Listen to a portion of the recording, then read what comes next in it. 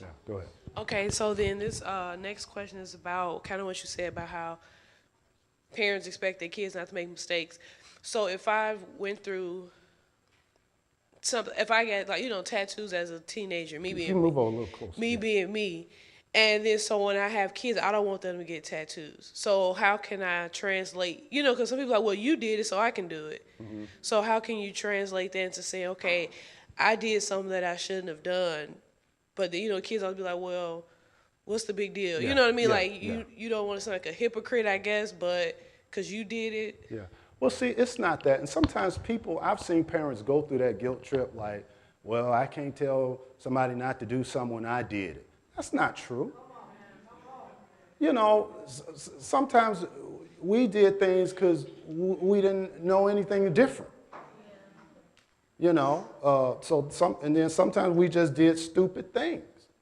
And of course, you don't want your children to do that. You say, no, don't do that. You don't need to do that. Or if you raise them up in a certain way, some things they can avoid. If you create a certain environment, they can avoid certain things. But it is not hypocritical to tell your child, listen, don't do drugs, and you were strung out on crack before you got saved for years. No, it's not. You say, no, you don't need to do that. And I always tell people this, don't get caught up because somebody did something and they still okay.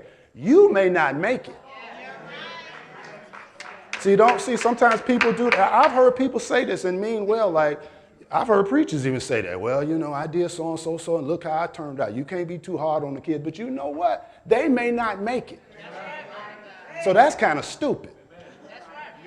They may not make it. Yeah, you went through and did this, and grace and mercy of God, however you want to put it, you here. But who said they can go through this and they gonna make it? There are a lot of folks who didn't make it. I think back in my childhood, there are a lot of people who did some of the same reefer smoking I did, and they never made it. If I go back to the old neighborhood, some of them looking like the walking dead now. They never made it back.